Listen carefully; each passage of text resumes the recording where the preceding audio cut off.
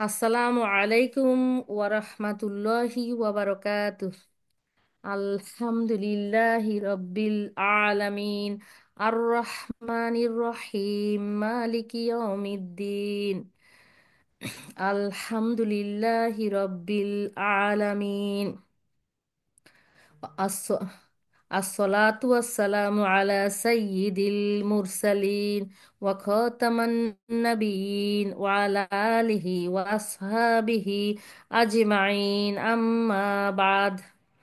সুবহানাল্লাহি ওয়ালহামদুলিল্লাহি ওয়ালা ইলাহা ইল্লাল্লাহু ওয়াল্লাহু আকবার ওয়ালা হাওলা ওয়ালা কুওয়াতা ইল্লা বিল্লাহ। লা ইলাহা ইল্লাল্লাহু ওয়াহদাহু লা শারীকা লাহু, লাহুল মুলকু ওয়া লাহুল হামদু ওয়া হুয়া আলা কুল্লি শাইইন কাদির।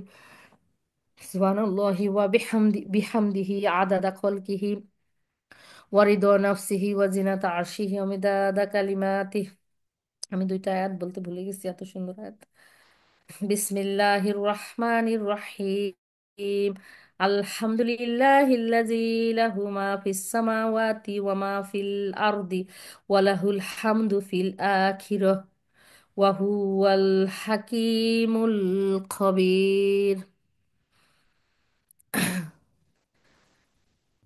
বিসমিল্লাহির রহমানির রহিম। আচ্ছা।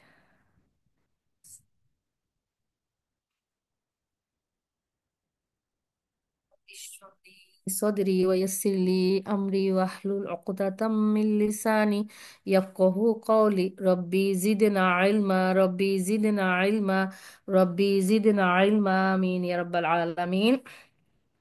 আল্লাহুম্মা জাআলিল কুরআনা রবিআ কলবি ওয়া নূরা সাদরি ওয়া জালাআ হুজনি ওয়া যাহাবা হাম্মি। আল্লাহুম্মা ইন্নী আসআলুকা ইলমান নাফিআন ওয়া রিজকান তাইয়্যিবান ওয়া আমালান মুতাকাব্বালা।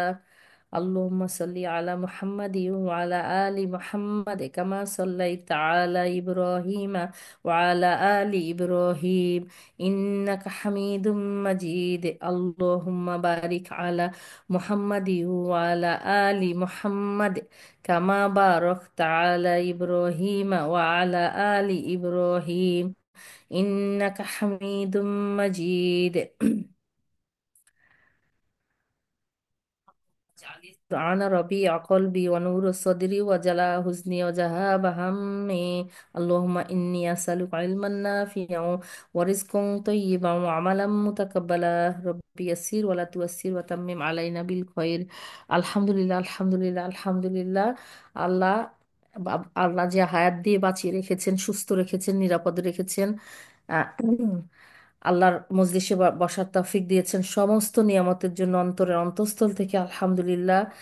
আহ, এই আলহামদুলিল্লাহ যেন দুনিয়ার জীবনে আল্লাহ আমাদের মুখে, কলবে, অ্যাকশনের মাধ্যমে জারি রাখার তৌফিক দান করেন। আর মৃত্যুর পরেও যেন আমরা আল্লাহ এই আলহামদুলিল্লাহ বলতে পারি, ইনশাআল্লাহ। হ্যাঁ, আলহামদুলিল্লাহ বলে জান্নাতীরা আলহামদুলিল্লাহ বলে আল্লাহর প্রশংসা দিয়ে শুরু করবেন। হ্যাঁ, আল্লাহর প্রশংসা দিয়ে শুরু করবেন।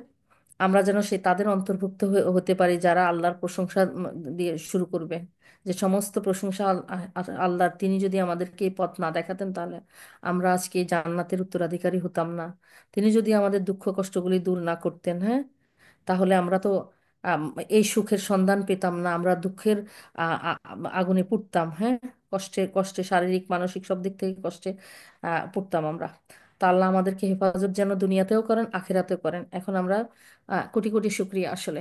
আলহামদুলিল্লাহ, আলহামদুলিল্লাহ শেষ করতে পারবো না। সুবহানাল্লাহি ওয়া বিহামদিহি আদাদা খালকিহি ওয়া রিদা নাফসিহি ওয়া জিনাতা আরশিহি ওয়া মিদাদা কালিমাতিহি। তো আজকে তাকওয়ার আয়াতগুলিও বলে ফেলি। হ্যাঁ, রব্বিশ, এটা কি জানো? হ্যাঁ, উম, এটা হলো ইন্নাল হামদালিল্লাহ নাহমাদুহু ওয়া নাস্তাইনুহু ওয়া নাস্তাগফির ওয়া নাউযু বিল্লাহি মিন শুরুরি আনফুসিনা ওয়া মিন সাইয়্যাতি আমালিনা মান ইয়াহদিহিল্লাহু ফালা মুদিল্লা লাহু ওয়া মান ইউদ্লিল ফালা হাদিয়া লাহু ওয়া আশহাদু আল লা ইলাহা ইল্লাল্লাহু ওয়াহদাহু লা শারীকা লাহু ওয়াহদাহু লা শারীকা লাহু ওয়া আশহাদু আন্না মুহাম্মাদান আবদুহু ওয়া রাসূলুহু, আম্মা বা'দ। আলহামদুলিল্লাহ, আলহামদুলিল্লাহ। হুম। আলহামদুলিল্লাহ, সমস্ত প্রশংসা আল্লাহর। আমরা তার প্রশংসা করি, সাহায্য চাই তার কাছে এবং ক্ষমাও চাই তারই কাছে। আমরা আল্লাহর কাছে আশ্রয় প্রার্থনা করি আমাদের অন্তর অনিষ্ট থেকে, আমাদের কাজের অনিষ্ট থেকে। যাকে আল্লাহ পথ না দেখান কেউ, তাকে কেউ পথ দেখাতে পারে না। আর আল্লাহ যাকে পথ না, আহ, আল্লাহ যাকে পথ দেখান কেউ তাকে বিপথে নিতে পারে না।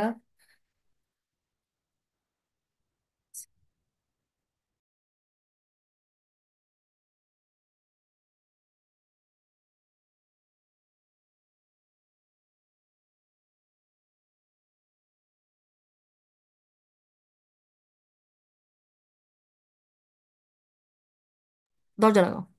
জি। আহ, কোথায় যেন বলতেছিলাম, ভুলে গেছি।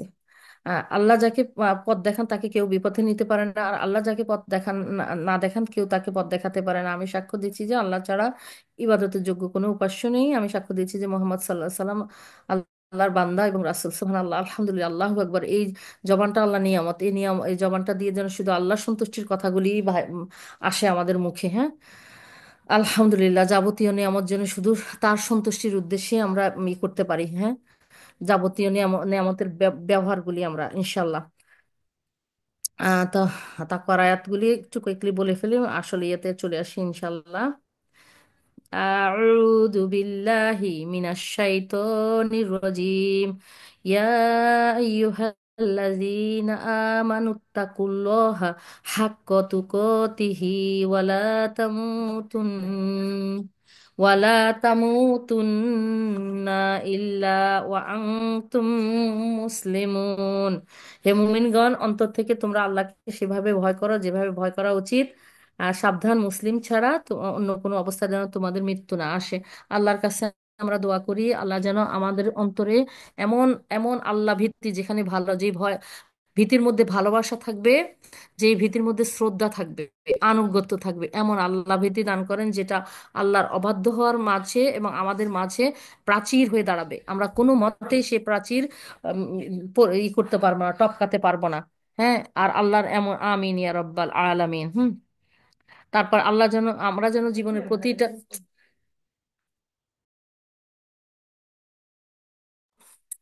জীবনের প্রতিটা মুহূর্তে যেন আমরা আল্লাহর কাছে সমর্পিত অবস্থায় থাকি। হ্যাঁ, থাকতে পারি। হ্যাঁ, আমাদের আমাদের ইচ্ছা অনিচ্ছা, চাওয়া পাওয়া, খুশি আনন্দ, তার ভালো লাগা, ভালোবাসা, পছন্দ অপছন্দ, সব কিছু যেন আল্লাহর, আল্লাহর ইচ্ছা অনিচ্ছা, পছন্দ অপছন্দ, ভালোবাসা ভালো লাগা সবকিছুর অনুগামী হয়। তাহলে আমরা প্রকৃত ইমানদার হইতে পারবো ইনশাল্লাহ।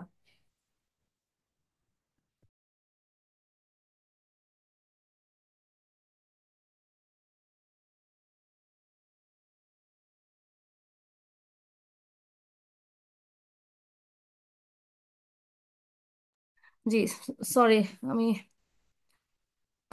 কি যেন বলছিলাম। হ্যাঁ, তো আল্লাহ আমাদের, আমাদের দুনিয়াতে থাকার জীবনটা যেন প্রতি মুহূর্তে আল্লাহর রঙে রঙিন থাকে। আল্লাহর রঙে রঙিন মানে হলো ভালোবাসা, ইচ্ছা অনিচ্ছা, সব কিছুতে, সব কিছুতে আমাদের দিনের শুরু থেকে ঘুমাতে যা মানে প্রতিটা মুহূর্ত যেন আল্লাহর কাছে সমর্পিত অবস্থায় কাটে। হ্যাঁ, এটা। হ্যাঁ, আল্লাহ আল্লাহ আমাদেরকে সেই তৌফিক দান করুন। আল্লাহ রব্বানা ফাতিরাস সামাওয়াতি ওয়াল আরদ আনতা ওয়ালিয়্যু ফিদ দুনিয়া ওয়াল আখিরাতি ওয়া তাওয়াফানি মুসলিমা ওয়াল হিকনি বিস সলিহিন। রব্বানা আফরিগ আলাইনা সবরা ওয়া তাওয়াফানা মুসলিমিন। এই মুসলিম হিসেবে থাকার জন্য যত কিছু প্রতিবন্ধকতা, পরীক্ষা, কঠিন পরীক্ষা নিরীক্ষা আমাদের কাছে আসে, ওইটা ওইটা যেন আমাদেরকে মানে ওই পরীক্ষা যেন আমরা সবর করতে পারি। আল্লাহর আদেশ পালন করতে গিয়ে আল্লাহ নিষেধ থেকে দূরে থাকে, দুই ক্ষেত্রেই যেন আমরা সবর করতে পারি। হ্যাঁ, আল্লাহ যেন সবরের মাধ্যমে আমরা আমরা আমরা সবরের চূড়ান্ত পরাকাষ্ঠা দেখি আমরা আত্মসমর্পণের সর্বোচ্চ লেভেলে উঠে যেতে পারি। আমিন ইয়া রাব্বাল আলামিন। বিসমিল্লাহির রহমানির রহিম। ইয়া আইয়ুহাত ইয়া আইয়ুহান নাসুত্তাকু রাব্বাকুমুল্লাযী খলাকাকুম মিন নাফসিন ওয়াহিদাহ خلقكم من نفس واحدة وخلق منها زوجها وبث منهما وبث منهما رجالا كثيرا ونساء واتقوا الله الذي تساءلون به والأرحام إن الله كان عليكم رقيبا। হে মানব মণ্ডলী, তোমরা তোমাদের পালনকর্তাকে ভয় করো, যিনি তোমাদেরকে এক ব্যক্তি থেকে সৃষ্টি করেছেন, যিনি তার থেকে তার স্ত্রী জীবন সঙ্গীকে সৃষ্টি করেছেন এবং তাদের দুজন থেকে বিস্তার করেছেন অগণিত নারী এবং পুরুষ। আর আল্লাহকে ভয় করো, যার নামে তোমরা একে অপরের নিকট হক আদায় করো, আত্মীয়তার সম্পর্কের ব্যাপারে সতর্কতা অবলম্বন করো। নিশ্চয়ই আল্লাহ তোমাদের প্রতি সতর্ক দৃষ্টি রেখেছেন। এই আয়াতটা যেন আমরা কোনো দিন না ভুলে যাই। আমাদের প্রত্যেকটা চলন বলন কথাবার্তা সবকিছু, হ্যাঁ, সবকিছুর মধ্যে এই আয়াতটার আমাদের অন্তরে যেন, আমাদের মগজে যেন রেখাপাত করে থাকে, হ্যাঁ, দাগ কেটে থাকে যে আমাদের উপরে একজন আছেন, তিনি তার দৃষ্টির আওতায় আছি। কেয়ামতের দিন আমাদের প্রত্যেকটা কথা কর্মের জন্য তার সামনে আমাদেরকে জবাবদিহিতা করতে হবে, এবং ভালো কিছু হলে তিনি রিওয়ার্ড দিবেন। তাকে অসন্তুষ্ট করার মতো মন্দ কিছু হলে, হ্যাঁ, মন্দ কিছু হলে তার শাস্তি আমরা চিন্তা করতে পারি না, এমন কিছু হতে পারে। তখন আমরা তো এখন একটা সুযোগ আছে, আমরা বেঁচে থাকা অবস্থা আমাদের ভুল ভ্রান্তি হয়ে গেলে আল্লাহর কাছে তওবা করলে, কান্নাকাটি করলে এগুলো আল্লাহ ক্ষমা করে দিবেন, আমাদেরকে মুক্তি দিবেন। কিন্তু তখন কিন্তু এসব থাকবে না, তওবা থাকবে না, কিছু না, তখন শুধু ফলাফল প্রতিদান পাওয়ার পালা। দুনিয়া হলো কর্মক্ষেত্র, আখিরাত হলো তার প্রতিদান পাওয়ার পালা, হ্যাঁ। তাহলে আমরা কর্মক্ষেত্রটাকে এমনভাবে ঢেলে সাজাতে হবে কোরআন সুন্নাহ অনুযায়ী, যাতে সেই দিন আমরা সম্মানিত হই, আমরা প্রতিদান হিসেবে পুরস্কার পাই। তিরস্কার এবং শাস্তি যেন আমাদের ভাগ্যে না জোটে, আমরা নিজেদেরকে যেন সেটার উপযোগী করেই দুনিয়া থেকে নেই। সেই জন্যই আমাদের জন্য এই হায়াত, এই সুস্থতা, এই কিতাবের মতো, কোরআনের মতো নিয়ামত, দৌলত, সুন্নার মতো সম্পদ, হ্যাঁ, তারপর আমাদের অঙ্গ প্রত্যঙ্গ হতে শুরু করে আমাদের বোধ বুদ্ধি, হ্যাঁ, সুস্থতা, হ্যাঁ, সবকিছু সবকিছু আমাদের জন্য নিয়ামত আছে। এগুলোকে আমরা যথাযথভাবে অ্যাপ্লাই করে জাহান্নামের আযাব থেকে বাঁচার এবং জান্নাতের সুখ স্বাচ্ছন্দ্য সাফল্য লাভের উপযোগী করে নিতে হবে আমাদেরকে। আমাদের ইমান আমলের জন্য আমরা এগুলো পাবো না, কিন্তু এই উসিলাগুলি পাঠাতে বলেছেন। সূরা মুহাম্মদে আল্লাহ সুবহানাহু ওয়া তাআলা বলেছেন যে আমাকে সাহায্য করো তোমাদেরকে সাহায্য করার জন্য।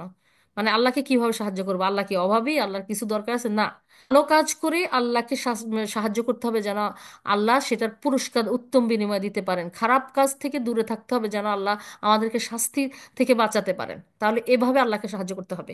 আল্লাহর কাছে ওই যে যে উসিলাগুলি জান্নাতে যাবে, যেগুলোকে বহুগুণে বর্ধিত করে আল্লাহ আমাদেরকে জান্নাত দান করবেন, সেই উসিলাগুলি তো আল্লাহর কাছে পাঠাতে হবে যে আল্লাহ আমি অল্প, আল্লাহ বলছে না বহুগুণ বর্ধিত করে দেবে। আল্লাহ সুন্নাহ, সুন্নাই হইল যে একটা কাজের মিনিমাম 10 গুণ নেকি তিনি দিবেন। তাহলে তার চেয়ে 700 গুণও আছে, অগণিত বেহিসাবিও আছে। তা আমরা সবসময় টার্গেট রাখবো আল্লাহর কাছে, ইনশাআল্লাহ, যেন আমরা আম, বেহিসাবি সওয়াব পাবো, যে সেই নিয়ত করব, সেভাবে চেষ্টা করবো ইনশাআল্লাহ।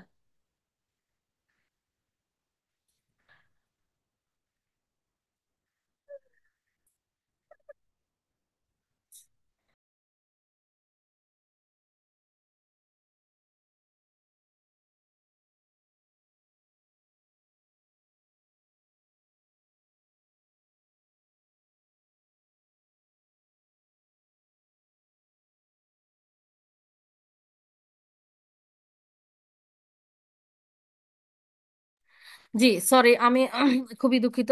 জি, আল্লাহ আল্লাহ সহজ করুন আমাদের সবার জন্য। তারপরে আরেকটা হলো, ইনশাল্লাহ আমরা এই আল্লাহর এই আদেশগুলি পালন করব আমরা। আম, আত্মীয়তার সম্পর্ক রাখা, হ্যাঁ, সতর্কতা, একের উপরে যে যার মানুষের হক, আমরা সব মানুষ বেশিরভাগ ক্ষেত্রে কি হয়, অধিকার সচেতন হয়, দায়িত্ব সচেতন কম হয়। আমরা যদি অধিকার সচেতনের আগে দায়িত্ব সচেতন হই, তাহলে কিন্তু আমরা আলহামদুলিল্লাহ আমরা কখনোই লুজার হব না। আমরা আল্লাহর প্রতি দায়িত্ব সচেতন হই, আল্লাহর সন্তুষ্টির জন্য তার বান্দাদের প্রতি দায়িত্ব সচেতন হই, হ্যাঁ, তাহলে আলহামদুলিল্লাহ আলহামদুলিল্লাহ আমরা আমাদের অংশটুকু পালন করলাম। আমাদের আমাদের প্রাপ্যগুলি আল্লাহর কাছে আমরা পেয়ে যাব ইনশাআল্লাহ। আমরা দুনিয়াতে যতটা মানুষের কাছে অধিকার আশা করি, সেটা যদি নাও পাই, কিয়ামতের দিনে আমাদের দায়িত্ব যদি যথাযথভাবে পালন করে ফেলি, তাহলে আমাদের সেই পাওনাগুলি আল্লাহ কড়ায় গন্ডায় মিটিয়ে দিবেন বহুগুণে বর্ধিত করে, হ্যাঁ, ইনশাল্লাহ। তাহলে আমরা অধিকার অবশ্যই চেষ্টা করব, কিন্তু অধিকার সচেতনের চেয়ে বেশি ফোকাস করব দায়িত্বের ব্যাপারে। আমার উপরে যে দায়িত্ব অর্পণ করেছেন আল্লাহ সুবহানাহু ওয়া তাআলা, যেই যেসব ক্ষেত্রে, সেটা আমরা যেন যথাযথভাবে আল্লাহর সন্তুষ্টির জন্যই করতে পারি। আল্লাহ আমাদের সেই বোধ বুদ্ধি এবং সেই তৌফিক দান করুন, আমিন ইয়া রাব্বাল আলামিন। আমরা আল্লাহ সচেতনতার জন্য ইনশাআল্লাহ বলবো আল্লাহুম্মা ইন্নী আসআলুকাল হুদা ওয়াত তুকা ওয়াল আফাফা ওয়াল গিনা। হ্যাঁ, আল্লাহুম্মা আতি নাফসি তাকওয়াহা ওয়া যাক্কিহা আনতা খায়রু মান যাক্কাহা আনতা ওয়ালিয়ুহা ওয়া মাওলাহা, আমিন ইয়া রাব্বাল আলামিন। আল্লাহ যেন আমাদের নিষ্কলুষ অন্তর দান করেন। হ্যাঁ, আমাদের অন্তরের মালিক তিনি, আমাদের পরিচ্ছন্ন অন্তর দান, এই অন্তরে আল্লাহ ভীতি দান করেন। এমন অন্তর থেকে আমরা আল্লাহর কাছে আশ্রয় চাই যে অন্তর আল্লাহকে ভয় করে না। ওই যে বলছে না, আমি আল্লাহকে ভয় করি আর সেই মানুষগুলিকে ভয় করি যারা আল্লাহকে ভয় করে না, কারণ যারা আল্লাহকে ভয় করে না তারা যা ইচ্ছা তাই করতে পারে। হ্যাঁ, সেই জন্য আর আলেমরা আল্লাহকে সবচেয়ে বেশি জানেন জন্যই তারা আল্লাহকে, আল্লাহর ক্ষমতা, আল্লাহর প্রতিপত্তি, হ্যাঁ, আম, প্রতাপশালী, যে আল্লাহ কি করতে পারেন তার সে সম্পর্কে তাদের আল্লাহ জ্ঞান দিয়েছেন বলেই তারা আল্লাহকে সবচেয়ে বেশি ভয় পান। রাসূল সাল্লাল্লাহু আলাইহি ওয়াসাল্লাম বলছেন না, আমি তোমাদের মধ্যে আল্লাহকে সবচেয়ে বেশি জানি তোমার, এবং আমি আল্লাহকে সবচেয়ে বেশি ভয় করি। তো যারা আলেম হওয়ার হলো যে তুমি যদি সত্যিকার অর্থে আলেম হও, তাহলে তোমার ভিতরে সবচেয়ে বেশি আল্লাহ ভীতি থাকবে। তুমি প্রত্যেকটা ক্ষেত্রে কিন্তু আল্লাহর ভয়ে ভীত থাকবো, মানুষের ভয়ে না। হ্যাঁ, আল্লাহর ভয়ে ভীত থাকতে হবে। ভয়ের শিরকের মধ্যে যেন আমরা না যাই, আমরা যেন আল্লাহকে সবচেয়ে বেশি ভয় পাই, সেই জিনিস। আল্লাহ আমাদেরকে সেই তৌফিক দান করুন। আল্লাহ ভীতি আমাদের অন্তরে মৃত্যু পর্যন্ত যেন জাগরুক থাকে। এই আল্লাহ ভীতি আল্লাহ সচেতন করে তুলবে। আল্লাহ সচেতনতা আমাদেরকে বিনা হিসেবে জান্নাতীদের অন্তর্ভুক্ত করে নিবে ইনশাআল্লাহ। জি। أعوذ بالله من الشيطان الرجيم. يا أيها الذين آمنوا اتقوا الله وقولوا قولا سديدا। হে মুমিনগণ, তোমরা আল্লাহকে ভয় করো এবং সত্য সঠিক কথা বলো। আমরা আল্লাহর কাছে প্রথমে আশ্রয় চাবো আমাদের এই যে আল্লাহুম্মা ইন্নী আউযু বিকা মিন শাররি সামঈ ওয়া মিন শাররি বাসরি ওয়া মিন শাররি লিসানি ওয়া মিন শাররি কলবি। জবানের হেফাজত, অঙ্গ প্রত্যঙ্গ, চোখ, কান, এগুলো যেন এমন ভাবে ব্যবহার না হয় যেগুলো আল্লাহ নিষেধ করেছেন, এমন কাজে ব্যবহার হয় যেগুলো আল্লাহ সন্তুষ্ট হবেন। হ্যাঁ, যেসব কাজে। আর আমাদের অন্তরের যেন কলুষিত না হয়, অন্তরের রোগগুলি না থাকে। হ্যাঁ, হিংসা, মিথ্যা, লোভ, ক্রোধ, অহংকার, এগুলো তো আছে, তার আগে শিরক, ক্রিয়া, বিদাত। হ্যাঁ, এগুলো যেন না থাকে, বড় ভয়াবহ জিনিসগুলি। এগুলো থেকে আল্লাহ আমাদের অন্তরকে হেফাজত করুন, কারণ আল্লাহ অন্তরের মালিক। সে অন্তরে যেন যা কিছু আল্লাহর হক সেটা থাকে, সে সম্পর্কে জ্ঞান থাকে, অনুভূতি থাকে, ভয় ভীতি থাকে, ভালোবাসা থাকে, সবকিছু থাকে। হ্যাঁ, তারপরে হলো আর আল্লাহ যেন আমাদের জবানকে সত্যবাদী জবান করে দেন। আল্লাহুম্মা ইন্নী আসআলুকা কলবান সালিমা ওয়া লিসানান সাদিকা। হ্যাঁ, আল্লাহ আমাদেরকে, আমিন ইয়া রাব্বাল আলামিন। হ্যাঁ, ইনশাআল্লাহ। আহ যদি প্রতি সপ্তাহে এই কথাগুলি বলি, মনে প্রতিদিন বলা হয় তবুও মনে হয় পুরনো হয় না, তবুও একঘেয়েমি লাগে না। মনে হয় এত উত্তম কথা যত বেশি বলতে পারি। আলহামদুলিল্লাহ, আলহামদুলিল্লাহ। আল্লাহ আমাদের পক্ষ থেকে আমাদের সবার জন্য এই দোয়াগুলি কবুল করে নিন, আমিন ইয়া রাব্বাল আলামিন। হ্যাঁ, আমরা একজনের আজকে দোয়া কবুলের মুহূর্ত যাদের আছেন তারা বলবেন এখনো যাদের সময় আছে। হ্যাঁ, এগুলো নিষ্কলুষ অন্তর, সত্যবাদী জবান আল্লাহর কাছে চাবো তার আগে। ইনশাল্লাহ ওই জবান থেকে, যে জবানের কারণে মানুষ শাস্তির উপযোগী হয়ে যাবে, সেখান থেকে হেফাজত চাবো আল্লাহর কাছে। يصلح لكم أعمالكم ويغفر لكم ذنوب ذنوبكم ومن يطع الله ورسوله فقد فاز فوزا عظيما। এই যদি আল্লাহর কথাগুলি, যে উপদেশগুলি আল্লাহ এই তিনটা আয়াতের মাধ্যমে দিয়েছেন, সেগুলো যদি আমরা মেনে চলি, তাহলে আল্লাহ আমাদের অনিচ্ছাকৃত, অজ্ঞতাবশত আম, আর মানে আমাদের সীমাবদ্ধতার কারণে যে ত্রুটি বিচ্যুতি ভুলভ্রান্তিগুলো হচ্ছে হবে, আল্লাহ আমাদেরকে আমাদের সেই রাশি রাশি গুনাহসমূহ, যেগুলোকে আমরা ধারণাই নেই এটা আসলে গুনাহ, এগুলো আল্লাহ ক্ষমা করে দিবেন। আমাদের পুণ্য হলো সামান্য, যৎ সামান্য, কিন্তু পাপ হলো রাশি রাশি। আল্লাহ একটা পুণ্যের মাধ্যমে কত মহান রব আমরা পেয়েছি, একটা পুণ্যের মাধ্যমে মানে রাশি রাশি পাপ ক্ষমা করে দিবেন একটা তওবার মাধ্যমে।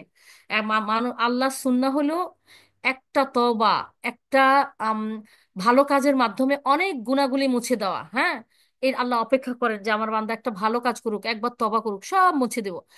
তা দেখেন, সেই আল্লাহকে ভুলে আমরা মানুষকে বেশি কদর করি। অবশ্যই মানুষকে কদর করবে, সেটা আল্লাহর জন্য। তার মানুষকে খুশি করা, মানুষের আনুগত্য করা, সব এসবের মধ্যে থাকি। মানুষ হলেও বলছে যে বান্দা যখন ভুল করে আল্লাহ অপেক্ষা করেন যে কখন তওবা করে তার কাছে ফিরে আসবে, তাকে ক্ষমা করার জন্য ওয়েট করেন আল্লাহ, যে আমার বান্দা আসুক, আমি তাকে ক্ষমা করবো, সে তো ইস্তেগফার করুক, আমার কাছে তওবা করুক।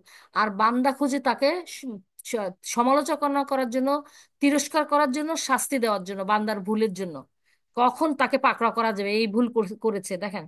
তাইলে সেই মহামহিম রবের রবের কাছে কেন আমরা সব সময় ফিরে যেতে হবে তার কাছে? এই জন্যই তো তার রঙের জমি রঙিন করতে হবে আমাদের জীবন। ইনশাল্লাহ আমরা যেন সেই এই জ্ঞানটুকুকে ধারণ করি যে তার রঙে রঙিন করার জন্য, জীবনটা রঙিন করার জন্যই আমাদেরকে সৃষ্টি করা হয়েছে। ওই যে আল্লাহ মানুষ এবং জিন জাতিকে আল্লাহর ইবাদত করার জন্যই পাঠানো হয়েছে। এতে মানে কি, ইবাদত শুধু কি 5 ওয়াক্ত না? তাহলে তো সারাদিনে 50 ওয়াক্ত দিয়ে রাখতেন, সব কিছু, সর্বক্ষেত্রে আল্লাহর আনুগত্য, হ্যাঁ, আল্লাহর প্রতি ভালোবাসা, আল্লাহর রহমতের উপর ভরসা, আল্লাহর প্রতি সুধারণা, আল্লাহকে লজ্জা পাওয়া, হ্যাঁ, আল্লাহকে শ্রদ্ধা করা, সম্মান করা, সব দিক থেকে। তো আমরা আজকে সূরা হুজুরাত পড়বো। এটা খুবই গুরুত্বপূর্ণ একটা সূরা। এই সূরার মধ্যে সুবহানাল্লাহ, কোরআনের 49 নম্বর সূরা। এই সূরাতে আল্লাহ সুবহানাহু ওয়া তাআলা অনেকগুলি আদব কায়দা শিক্ষা দিয়েছেন আমাদেরকে, হ্যাঁ। আর রসুল এখানে আজকে 3টা আয়াত নিয়ে কথা বলার নিয়ত রাখছি, আল্লাহ যেন সহজ করেন ইনশাআল্লাহ। এখান থেকে আমরা যা কিছু শিখতে পারি। তো আমরা প্রথম আয়াতটা বলছি। বিসমিল্লাহির রহমানির রহিম।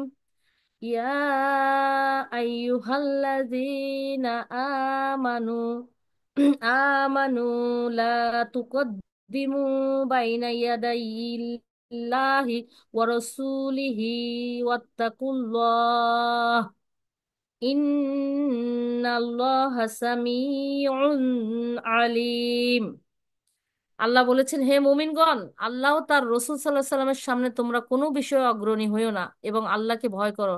নিশ্চয়ই আল্লাহ সর্বশ্রোতা এবং সর্বজ্ঞ।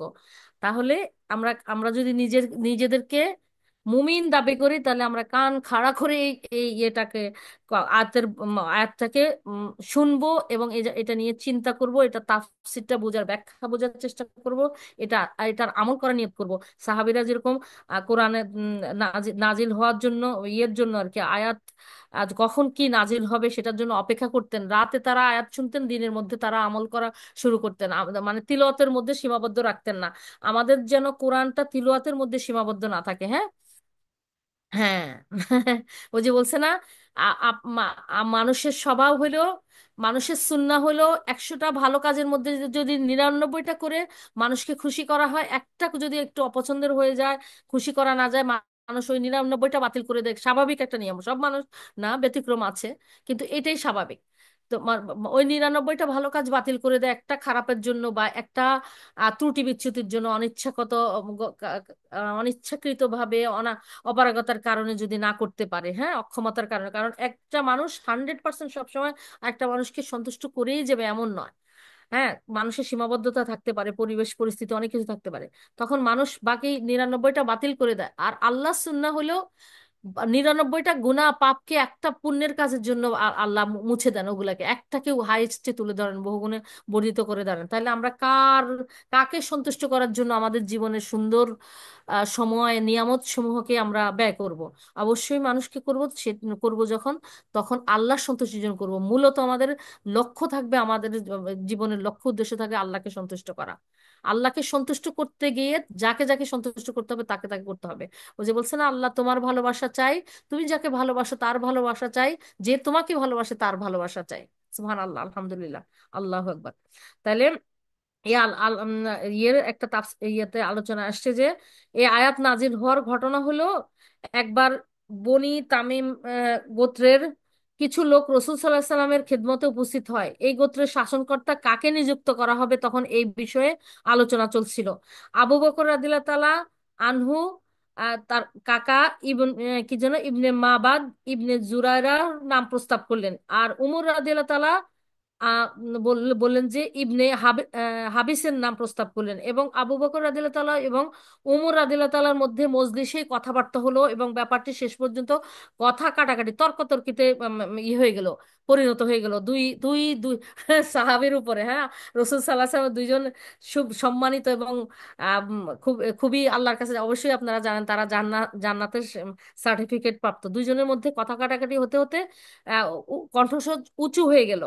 এই পরিপ্রেক্ষিতে এই আজান এই আয়াত নাজিল হয়, বুখারী শরীফের হাদিস এটা। হ্যাঁ, 48 ও 47 নম্বর হাদিস।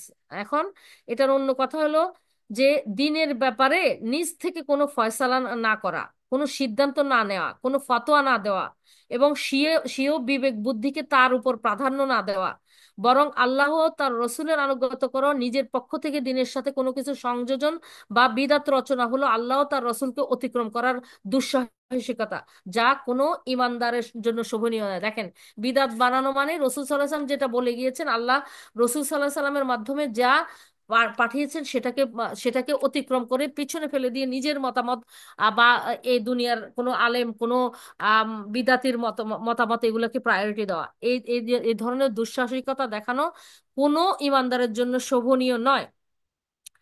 এখানে একটা জিনিস আছে যে যে রসুল সাল্লাহ সাল্লাম যখন হজরত মুয়াজ রাদিয়াল্লাহু তাআলাকে ইয়ামেনে প্রেরণ করেন, তখন তিনি তাকে প্রশ্ন করেন, তুমি কিসের মাধ্যমে ফয়সালা করবে? উত্তরে তিনি বললেন, আল্লাহর কিতাবের মাধ্যমে।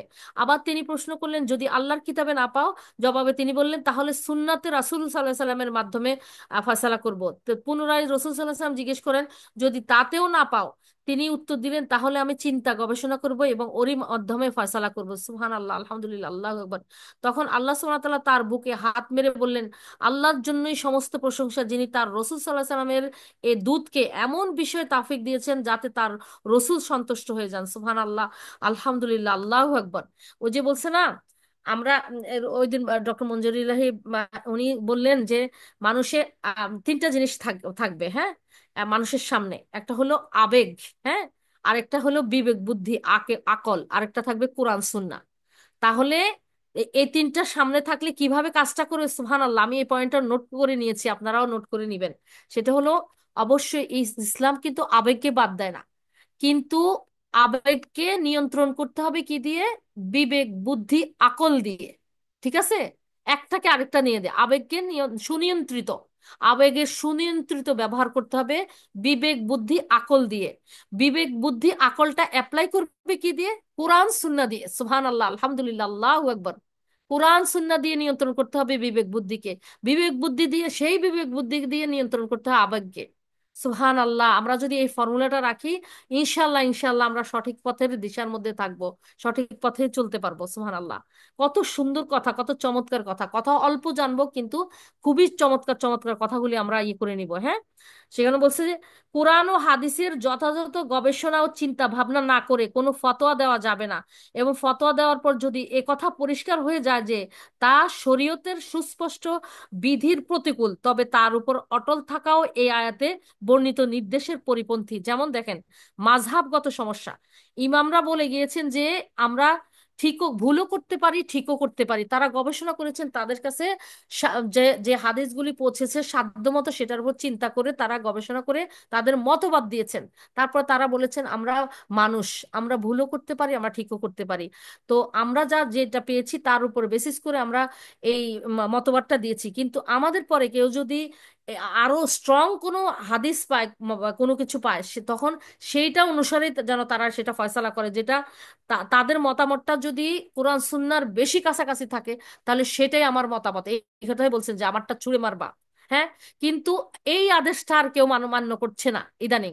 শুধু মাঝহাব মাঝহাব, ওই মাঝহাবে বলছে, হানাফি মাঝহাবে এটা বলছে, ওই মাঝহাবে এটা বলছে, এই এই এর বাইরে যাওয়া যাবে না, যে কোরআনে থাকলেও যাওয়া যাবে না। যে সুন্নাহ মুতাওয়াতির পর্যায়ে সুন্নাহ, হ্যাঁ, যে ইয়েটা হাদিসগুলি, হ্যাঁ, 50-এরও বেশি বেশি হাদিস সাহাবী বর্ণনা করেছেন, এমন হাদিসকেও পরোয়া করে না তারা। তারা শুধু মাযহাব কি বলে গিয়েছে সেটা সেটা করে, এমন অন্ধভাবে অনুসরণ করতে নিষেধ করা হয়েছে। অন্ধভাবে কোরআনকে অনুসরণ করবে, হ্যাঁ, সুন্নতকে অনুসরণ করবে, কিন্তু কোনো ইমামের মতবাদকে না। যতক্ষণ কোরআন সুন্নাহর সাথে থাকবে ততক্ষণ সেটাকে অনুসরণ করবে। সেটা কোন কোন মাযহাব ব্যাপার না। যেই মাযহাবের ইমামের কথাগুলি কোরআন সুন্নাহর বেশি কাছাকাছি, বেশি স্ট্রং ভাবে তারা ফলো করেন, সেটাই মানব। কারণ আমাদের মাযহাব হলো নবীজির মাযহাব। হ্যাঁ, আমাদের হাতে দুইটাই জিনিস আর রাসূল সাল্লাল্লাহু আলাইহি ওয়াসাল্লাম আমাদের জন্য রেখে গিয়েছেন, সেটা হলো কোরআন এবং সুন্নাহ। যারা কোরআন সুন্নাহ ফলো করে আমরা তাদের সাথে আছি। হ্যাঁ, ইনশাআল্লাহ। হ্যাঁ, তাইলে তারপরে বলছে এই যে মত, এই জন্যই বলছে এই যে যে জিনিসটা। হ্যাঁ, কোরআন কোরআন সুন্নাহ তিনটা জিনিস, একটা হলো আম, আবেগ, আরেকটা মাঝখানেরটা হলো আকল বা বিবেক বুদ্ধি, তৃতীয়টা হলো কোরআন সুন্নাহ। তাহলে আবেগ, আবেগটাকে নিয়ন্ত্রণ করবে কে? আকল এবং বিবেক বুদ্ধি দিয়ে। আকল এবং বিবেক বুদ্ধি কোনটা দিয়ে নিয়ন্ত্রিত হবে? কোরআন সুন্নাহ দিয়ে। ইচ্ছা করে আকল করে যে কোনো কথা বলা যাবে না। কোরআন কি বলছে, সুন্নাহ কি বলছে, আমরা যেন এরকম না বলি যে কোন মাযহাবে কি আসছে, আমরা প্রথমেই যাব কোরআনের দিকে, তারপরে সুন্নাহর দিকে যাব। হ্যাঁ, কারণ মানুষের জীবন যাপন, হ্যাঁ, মানব জাতির দিক নির্দেশনা হেদায়েতের জন্য, দুনিয়ার জীবন যাপনের জন্য আল্লাহ কোরআন নাজিল করেছেন রাসূল সাল্লাল্লাহু আলাইহি ওয়াসাল্লামের উপরে। তার জীবনে এটার আমলের বাস্তবায়ন ঘটিয়েছেন। তাহলে আমরা কোরআন সুন্নাহকে ফলো করব, হ্যাঁ, ইনশাআল্লাহ। মুমিনের কর্তব্য হলো আল্লাহ এবং তার রাসূলের নির্দেশনাবলীর সামনে আনুগত্য মস্তক নত করে দেওয়া, নিজের কথা বা অথবা কোনো ইমামের উপর অনড় থাকা তাদের কর্তব্য নয়। হ্যাঁ, এই এই জিনিসগুলি আমাদের সত্যি সত্যি মনে রাখার মতো বিষয়। এই আয়াত থেকে আমরা এগুলো শিখবো ইনশাল্লাহ। হ্যাঁ, তাহলে আমরা এখন দ্বিতীয়ত যে এগুলো সামারিতে আমরা বুঝে গেলাম যে আমাদের কি কর্তব্য ইনশাল্লাহ।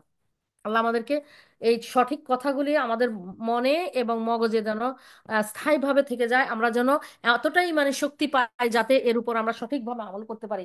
আমিন ইয়া রাব্বাল আলামিন। আউযু বিল্লাহি মিনাশ শাইতানির রাজিম। ইয়া আইয়ুহাল্লাযীনা আমানু লা লা তারফাউ আসওয়াতাকুম সৌতি ফাওকা সওতিন নাবিয়্যি ওয়ালা তাজহারু লাহু বিল কওলি কাজাহরি বাদিকুম লিবাদিন আং তাহবাতা আমালুকুম ওয়া আনতুম লা তাশউরুন।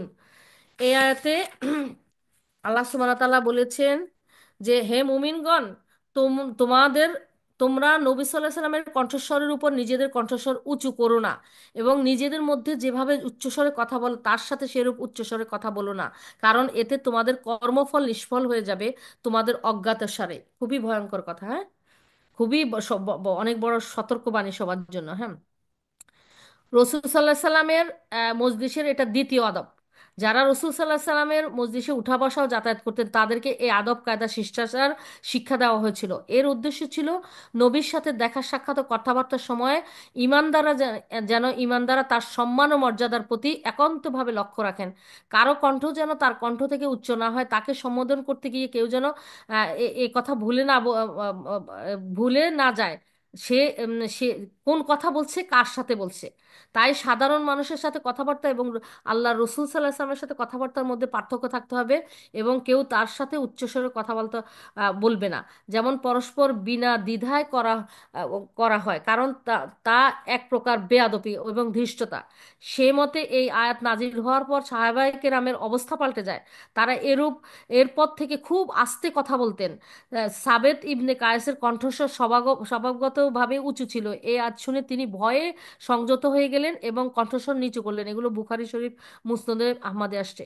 অনুরূপভাবে রসুল সাল্লাল্লাহু আলাইহি ওয়াসাল্লামের কোনো সুন্নত সম্পর্কে জানার পরে সেটা মানতে গড়িমসি করা বা সামান্যতম অনীহা প্রকাশ করাও বেয়াদবি।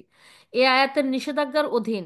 রসুল সাল্লাল্লাহু আলাইহি ওয়াসাল্লামের মানে ওই যে বলা হয়েছে যে এই যে রওজার ওখানে যায় না, ওখানে সেখানেও কিন্তু উঁচু করে সালাম সালাম দেওয়া, কথা বলা নিষিদ্ধ, কারণ রসুল সাল্লাহ সাল্লাম এর সম্মান ও আদব তার মৃত্যুর পরেও কিন্তু বহাল আছে। তিনি জীবিত অবস্থায় আল্লাহ সম্মানিত, সম্মান পাওয়ার যোগ্য। সবসময় তিনি আমাদের রসুল, মৃত্যুর পরে তিনি আমাদের রসুল থেকে ইয়ে হন নাই, খারিজ হয়ে যান নাই। তাইলে তার কবরের ওখানে গিয়েও কিন্তু চিল্লাফাল্লা করা নিষেধ করা করা হয়েছে, ওখানে আদব মেনটেন করতে হবে। হ্যাঁ, পবিত্র বলছে যে পবিত্র কবরের সামনে বেশি উচ্চ স্বরে সালাম ও এবং কালাম করা আদবের খেলাপ। উমর রাদিয়াল্লাহু তাআলা আনহু দুই ব্যক্তিকে মসজিদে নববীতে উচ্চস্বরে কথা বলতে দেখে জিজ্ঞেস করলেন, তোমরা কোথাকার লোক? তারা বলল, আমরা তায়েফের লোক। তিনি বললেন, যদি তোমরা মদিনাবাসী হতো আমি তোমাদেরকে বেত্রাঘাত করতাম। তোমরা রাসূল সাল্লাল্লাহু আলাইহি ওয়াসাল্লামের মসজিদে উচ্চস্বরে কথা বলছো কেন? এটাও কিন্তু এটা তাফসিরে জাকারিয়া আসছে, এবং এটা বুখারী শরীফের 470 নম্বর আম, এ, ইয়েতে হাদিসে আসছে। হ্যাঁ, তাহলে দেখেন উচ্চস্বরে কথা বলা যাবে না। এখন এখানে আরেকটা আয়াত যদিও আছে, ইনশাল্লাহ আমরা এটার 3 নম্বর, আচ্ছা, এরপরে বলছে এখানে সেই আদব শ্রদ্ধা ভক্তি ও মর্যাদা সম্মানের কথা বলা হয়েছে যা প্রত্যেক মুসলিমকে রাসূল সাল্লাল্লাহু আলাইহি ওয়াসাল্লামের জন্য নিবেদন করতে হয়।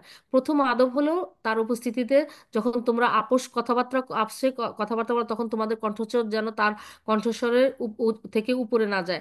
দ্বিতীয় আদব হলো নবী করিম সাল্লাল্লাহু আলাইহি ওয়াসাল্লামের সাথে কথোপকথন যখন অতি বিনয় ভদ্রতা এবং ধীরতার সাথে কথা বলো, ওইভাবে উচ্চস্বরে তার সাথে কথা বলো, যেভাবে তোমরা নিজেদের সাথে নিজেরা কথা বলো। হ্যাঁ, কেউ বলছেন এর অর্থ হলো হে মুহাম্মদ, হে অমুক বলে না ডাকা, হ্যাঁ, বরং শ্রদ্ধার সাথে হে আল্লাহ রসুল বলে সম্বোধন করা। যদি আদব ও শ্রদ্ধা সম্মানের এই দাবিগুলোর খেয়াল না করো, তবে বেয়াদবি হওয়ার সম্ভাবনা আছে, যার ফলে তোমাদের কর্মাদি নিষ্ফল হয়ে যেতে পারে, অথচ তোমরা তার কোনো টেরই পাবা না।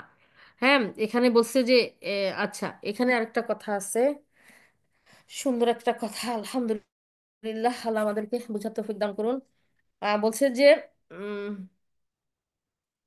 বলছে আলেম, নেতা, ওস্তাদ, হ্যাঁ, নেতা যারা ধর্মীয় নেতা, আলেম এবং উস্তাদ, তারাও কিন্তু তাদের এই আদেশের আওতায়। হ্যাঁ, কারণ বলা হয়েছে যে আলেমরা হলেন, তারা হলেন নবীরা, তাদের ওয়ারিস পয়গম্বরদের উত্তরাধিকারী হওয়ার কারণে তাদের বেলাও কিন্তু এগুলো মানতে হবে। হ্যাঁ, তাদের সামনে আওয়াজ উঁচু করার বিধান নেই। আলেমগণের মজলিসে এত উঁচু সুরে কথা বলবে না যাতে তাদের আওয়াজ চাপা পড়ে যায়। হ্যাঁ, ওই যে সম্মান করে না মানুষ, যেরকম ইচ্ছা সেরকম নিজেদের মতো করে কথা বলে, আচরণ করে, সেজন্য বলছে যে কি যেন একজনের কথা বলা হয়েছে যে একদিন রাসূল সাল্লাল্লাহু আলাইহি ওয়াসাল্লাম হযরত আবু দারদা রাদিয়াল্লাহু তাআলাকে আবু বকর রাদিয়াল্লাহু তাআলার অগ্রে অগ্রে চলতে দেখে তিনি সতর্ক করলেন, বললেন, তুমি কি এমন ব্যক্তির অগ্রে চলো যিনি ইহকাল ও পরকালে তোমার অপেক্ষা শ্রেষ্ঠ?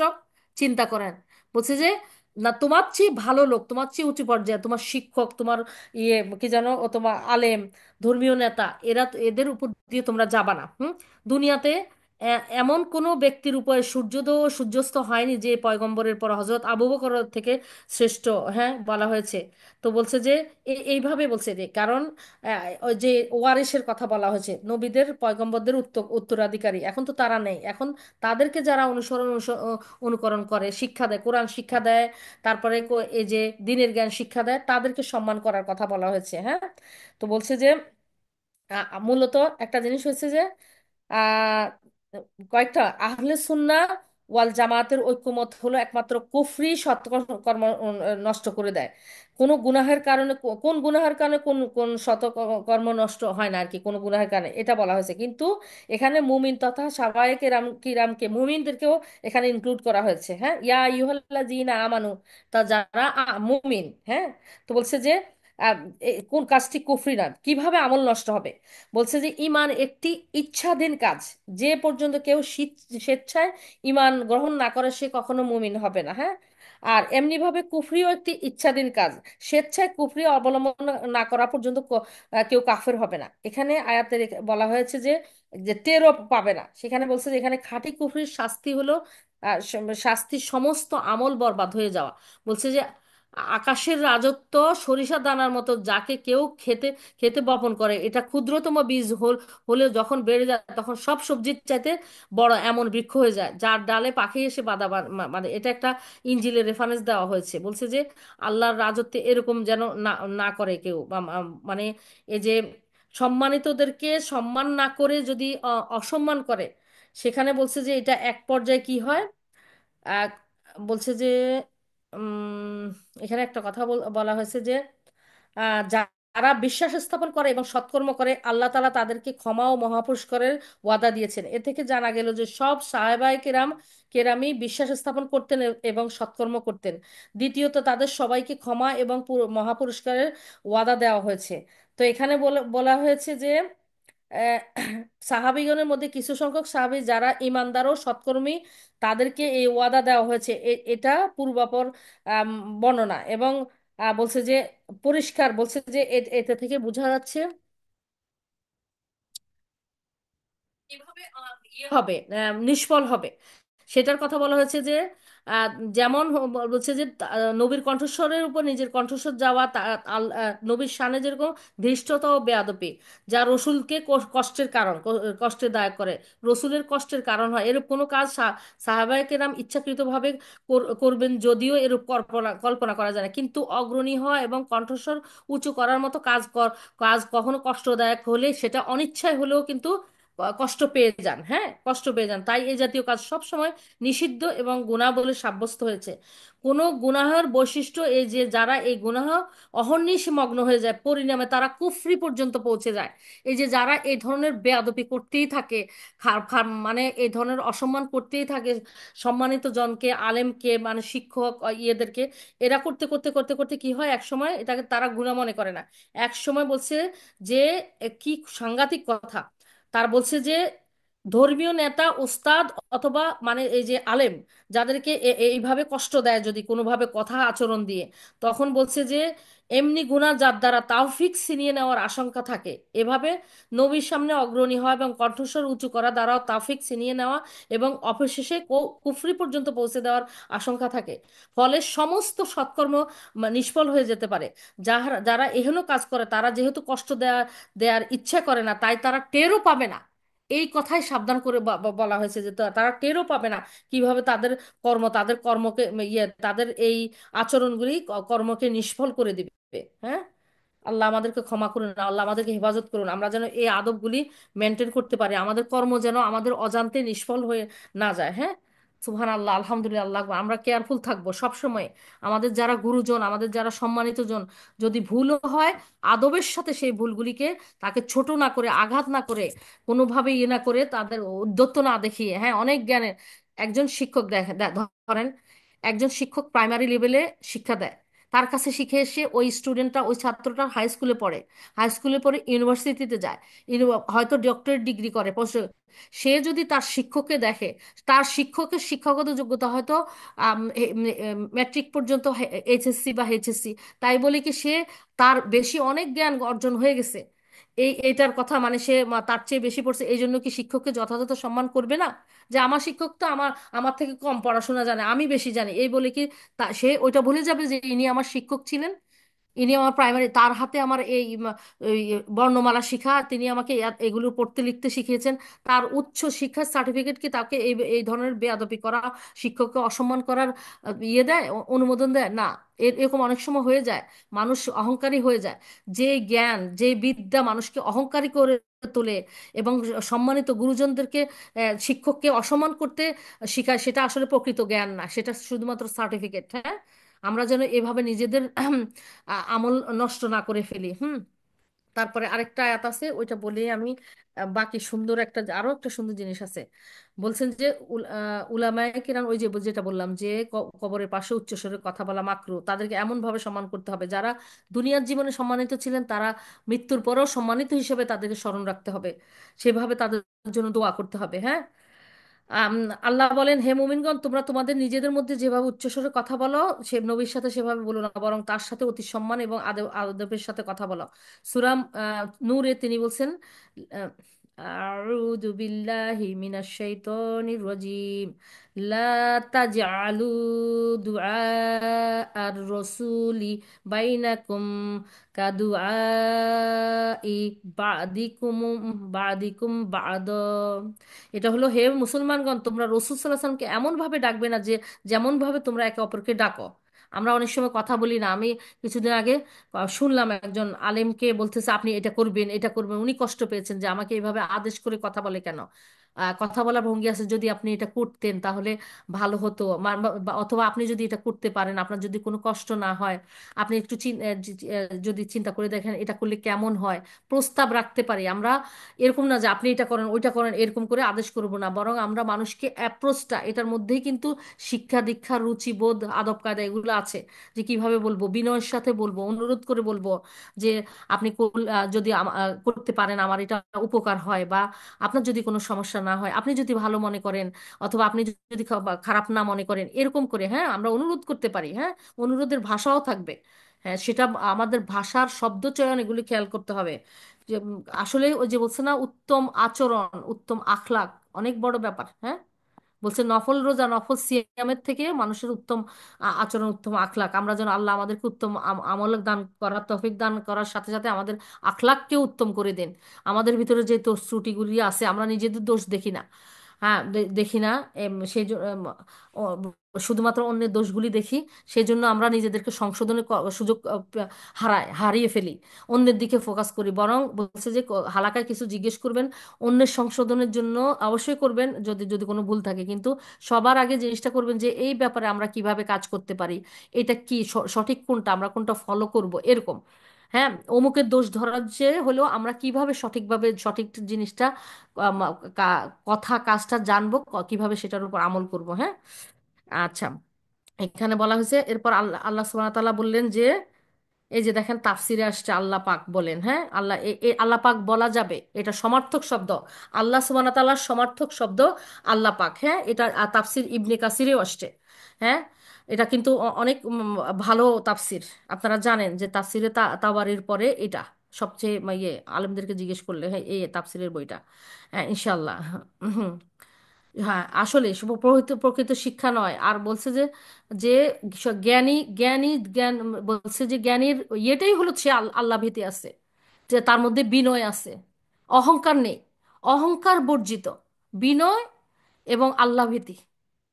হ্যাঁ, আল্লাহর আলেমদেরকে সম্মান করা, আল্লাহ যাদেরকে ভালোবেসে দিনের জ্ঞান দিয়েছেন তাদেরকে যথাযথভাবে সম্মান করা। তারপরে হলো একটা অক্ষরও তুমি যার কাছে শিখেছো সে তোমার শিক্ষক। হ্যাঁ, তাকে যথাযথ ভাবে সম্মান করবা, কারণ আল্লাহ সম্মান করেই তাকে সে দিনের জ্ঞান দিয়েছেন। আচ্ছা। তারপরে আল্লাহ সুবহানাহু ওয়া তাআলা এখানে বলছে, আল্লাহ পাক বলেছেন তোমাদেরকে নবী সাল্লাল্লাহু আলাইহি ওয়াসাল্লামের উপরে কণ্ঠস্বর যেটা, হ্যাঁ বলছে যে সহিহ হাদিসে আসছে যে মানুষ আল্লাহর সন্তুষ্টির কথা এমন কোনো কথা মুখে উচ্চারণ করে না যা তার বলছে অনেক সময় যে একটা হাদিস আসছে না যে মানুষ চিন্তা ভাবনা না করে এমন কিছু কথা বলে ফেলে যেটা সে অনুধাবন করে না, সে মনে করে এটাকে খারাপ মনে করে না, পাপ মনে করে না, তখন সেই কথার কারণে তার অবস্থানটাকে ধরেন পূর্ব পশ্চিমের অবস্থান চেঞ্জ হয়ে যায়, সে জান্নাতীদের কাছাকাছি থাকে এক লাফে ওই কথার কারণে, ওই আচরণের কারণে, ওই ওই ওই অ্যাকশনের কারণে সে জাহান্নামের কাছাকাছি চলে আসে। বলছে যে কখনো আবার এমন না বুঝে অনেক অনেক এমন কাজ করে যেটা আল্লাহ খুব পছন্দ হয়ে যায়, তখন সে আল্লাহ তাকে জাহান্নামের কাছ থেকে জান্নাতীদের কাছে অন্তর্ভুক্ত করে দেন।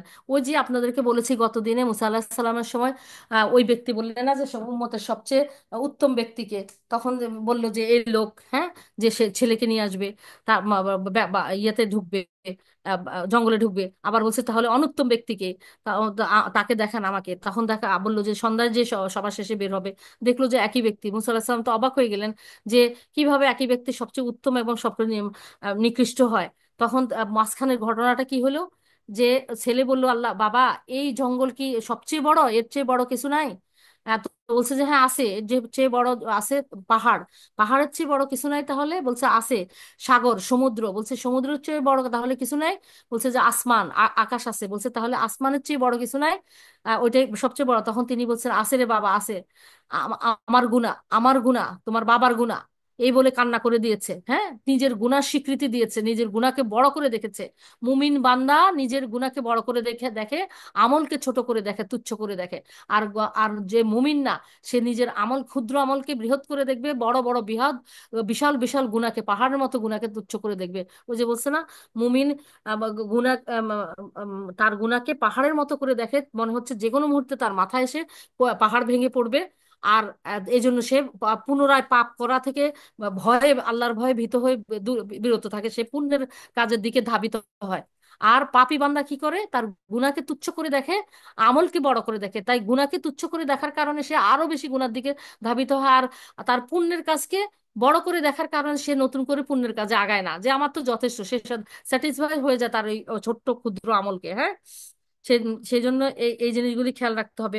তারপরে বলছে যে মানুষ অনেক সময়, মানুষ আল্লাহর অসন্তুষ্টির কথা, এমন কোনো কথা উচ্চারণ করে যে যা তার কাছে তেমন খারাপ নয়, কিন্তু ওই কারণে আল্লাহ তাকে জাহান্নামী করে দেন এবং তাকে জাহান্নামের এত নিম্ন স্তরে নামিয়ে দেন যে ওই গর্তটি আসমান ও জমিন হতে গভীরতম। দেখছেন?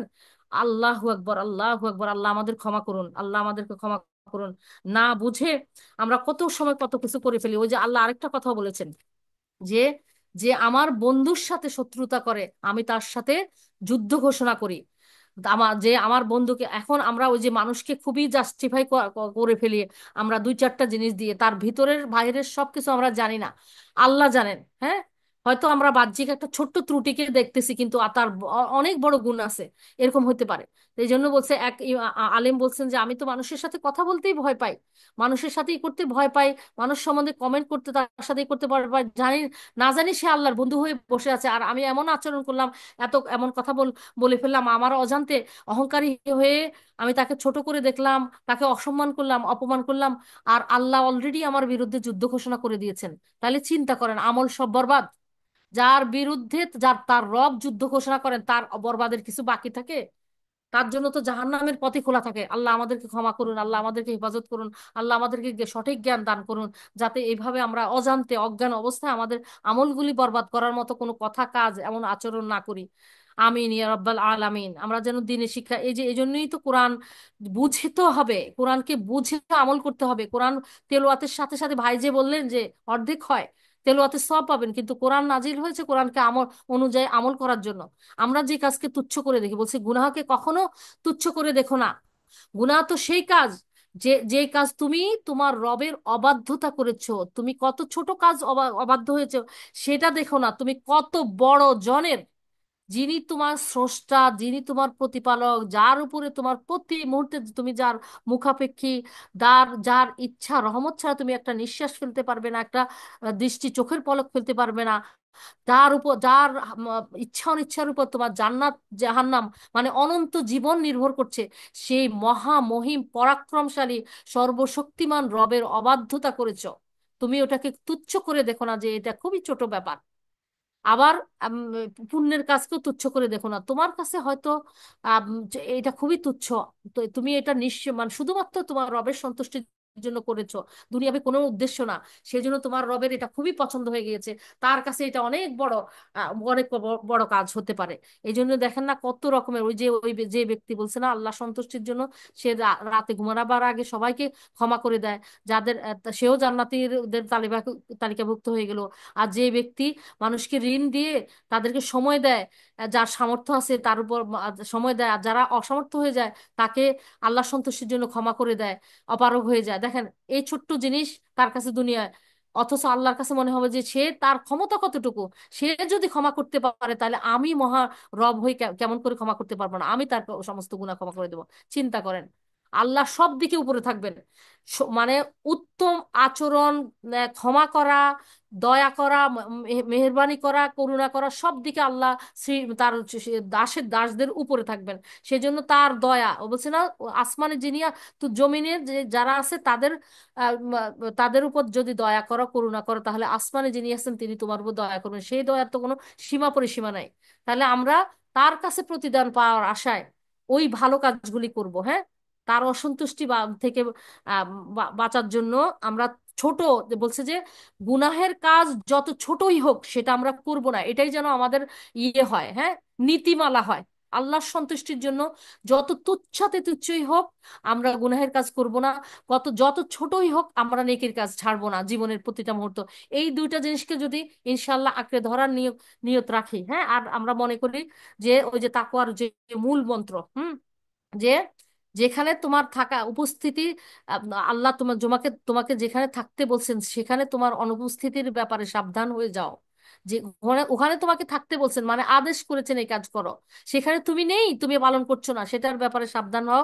আর যেখানে তোমাকে থাকতে নিষেধ করেছেন সেখানে তোমার উপস্থিতির ব্যাপারে সাবধান হও। তার মানে তুমি ইমিডিয়েটলি জানার সাথে সাথে যে এটা আল্লাহ নিষেধ করেছেন সেখান থেকে তুমি চলে আসো, ফিরে আসো, তওবা করো। তোমার রবের এখনো তোমার হায়াত আছে।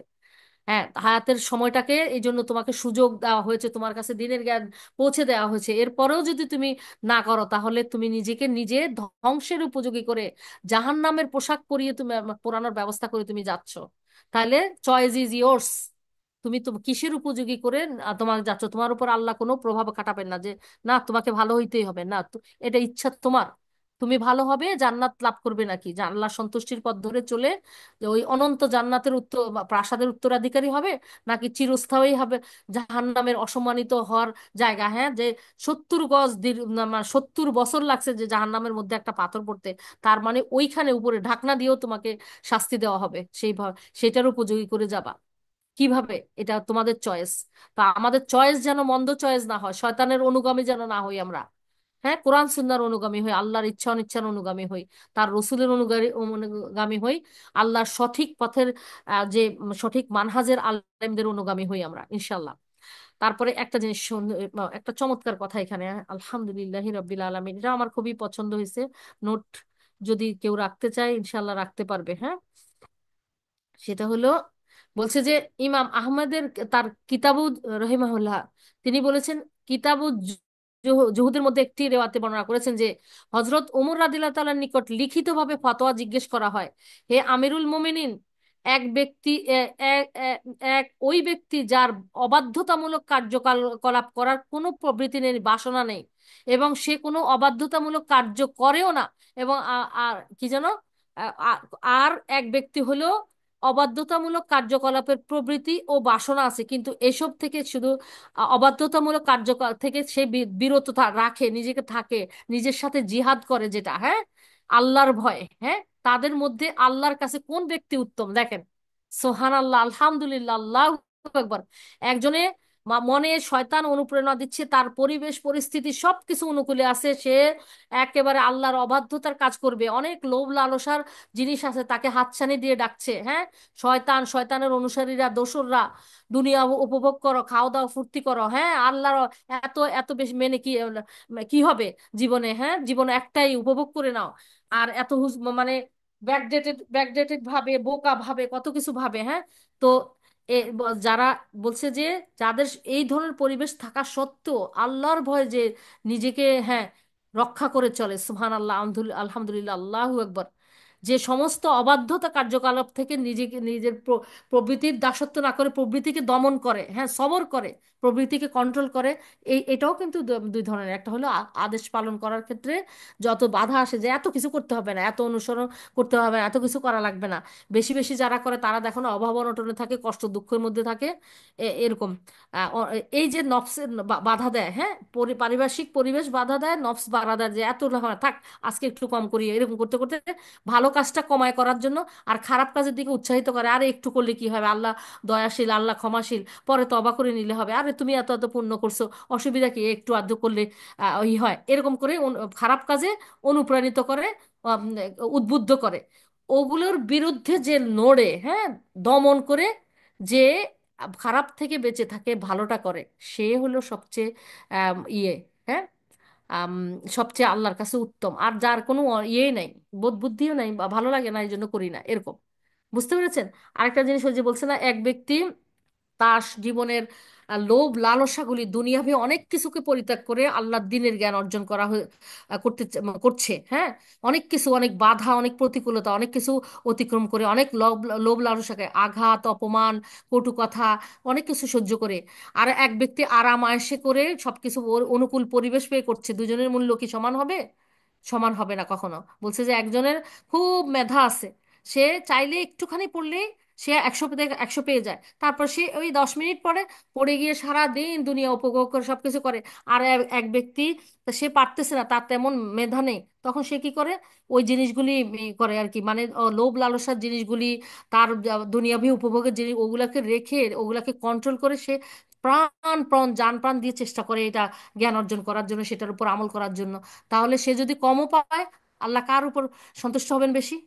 এটা চিন্তা করেন, যে কষ্ট করে, যা নানা রকম নফসের বিরুদ্ধে, প্রতিকূলতার বিরুদ্ধে, যত ওয়াসওয়ার বিরুদ্ধে দাঁড়িয়ে সে আর এইটুকু অর্জন করেছে, আল্লাহ দেখেন এখলাস এবং চেষ্টা, হ্যাঁ। তো আমরা এইভাবে আল্লাহর কাছে অনেক সময় দেখেন, অনেকে তার কোটি কোটি টাকা আছে, সে 1 লক্ষ টাকা দেয়, 2 লক্ষ টাকা দেয়, আর কারো 50 টাকার সামর্থ্য আছে, সে ওখান থেকে 10 টাকা দেয়। কার কার প্রতি? ওই ব্যক্তি যদি করে দান, তার প্রতি যতটুকু হওয়ার, আল্লাহ তো সবার সামর্থ্য জানেন। তাহলে এরকম, হ্যাঁ, জিনিসগুলি যার যার কারোর উপরে আল্লাহ সামান্য কিছুতেই অসন্তুষ্ট হয়ে যাবেন। যেমন কোরআনের ক্লাসে অনেক সুন্দর করে অনেক রিসাইটেশন পারে, অনেকে পারে না, কিন্তু এত চেষ্টা করে, রাত দিন চেষ্টা করে, অনেক চেষ্টা করে, কিন্তু হতাশ হয়ে যায়, আমি পারি না কেন, অমুকে পারে। কিন্তু হয়তো দেখা যাবে আল্লাহ তার উপর ওই চেষ্টাটুকুর কারণে, এই পিছনে যে শ্রম দিয়েছে, আন্তরিকতা দিয়েছে, এর কারণেই আল্লাহ তার উপর সন্তুষ্ট হয়ে যাবেন। আর কেউ দেখা যায় যে খুব চটপট করে একটু করে পড়ে বের হয়ে গেল, ও খুব ভালো পারলো, এটা হলো প্রদত্ত মেধা, আর এটা হলো অর্জন করা। হ্যাঁ, একটা হলো জন্মগতভাবে পেয়ে গেছে, আরেকজন হচ্ছে কষ্ট করে, কষ্ট করে, ত্যাগ তিতিক্ষা করে সে অর্জন করেছে। সবার কিন্তু প্রতিদান এক হবে না, কেউ 10 পাবে, কেউ 700 পাবে, কেউ অগণিত পাবে। আল্লাহ যেন আমাদের বেশিদের অন্তর্ভুক্ত করেন। হ্যাঁ, অল্প সংখ্যক মানুষ যদি ওই ক্ষেত্রে ইয়ে করে, ইনশাআল্লাহ, তাহলে আমরা আশা করি কিছু হইলেও আমরা দিনের জ্ঞান অর্জন করার পথে এগুলি আমাদেরকে মানে আমাদের জন্য সহায়ক হবে। হ্যাঁ।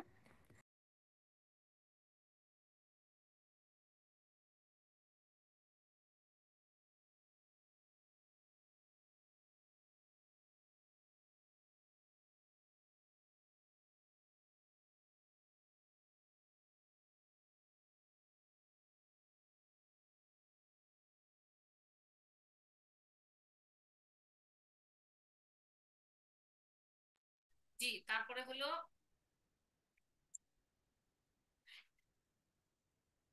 রে কত সুন্দর কথা, আমি কিছু সুন্দর কথা ছিল আমার কাছে কয়েকটা, আমি চাচ্ছি ওগুলো একটু শেয়ার করতে। হ্যাঁ, ভালো উত্তম কথাগুলি যেন, একটা জিনিস, একটা সুন্দর কথা, সেটা হলো গোপন গোপন করার পর কেউ যখন অনুভব করে যে তার অন্তর অন্ধকার, না সরি, গুনাহ করার পরে, গুনাহ করার পরে কেউ যদি মনে করে যে তার অন্তর অন্ধকারে ছেয়ে গেছে, তাহলে এটা মন ধরে নিতে হবে। এটা ইমাম ইবনুল জাওজি রাহিমাহুল্লাহ বলেছেন যে যদি গুনাহ করার পরে অন্তরে মানে ক্ষতবিক্ষত হয়, বলছে যে গুনাহ করার পরে মুমিনের মন এমন হবে, ছটফট হবে, হয়ে যাবে, অস্থির লাগবে, খারাপ লাগবে, যে তার ই হবে, তাহলে সে বুঝতে পারবে সে মুমিন। খারাপ কাজ করে সে কোনোদিন শান্তি পাবে না, ভালো কাজ করে শান্তি পাবে। তো বলছে যে খাঁচায় বন্দি পাখির মতো সে ছটফট করতে থাকবে, অনবরত এটা ফিল করবে। তো বলছে যে তার অন্তর অন্ধকারে ছেয়ে গেছে যদি মনে করে, তাহলে মনে করতে হবে তার অন্তরে এখনো কিছু আলো অবশিষ্ট আছে, যে যে আলো আছে বলেই সে অন্ধকারের উপস্থিতি টের পায়। অন্ধকার কি? আলোর অনুপস্থিতি। সুবহান আল্লাহ, সুবহান আল্লাহ। আর আলো কি? অন্ধকারের অনুপস্থিতি। সুবহান আল্লাহ। তাইলে আমরা যেন আমাদের অনুভব অনুভূতিগুলিকে এরকম যে আব্দুল্লাহ ইবনে মাসুদ বলেছেন, সেই ব্যক্তি ধ্বংস হয়ে গেছে যার অন্তর ভালোকে ভালো মনে করে না এবং খারাপকে খারাপ মনে করে না। সুবহানাল্লাহ, আমরা যেন ভালোকে ভালো মনে করতে পারি। আমাদের অন্তরকে যেন আমরা দুনিয়াভি কোনো স্বার্থের কারণে আমরা ধ্বংস করে না দেই। হ্যাঁ।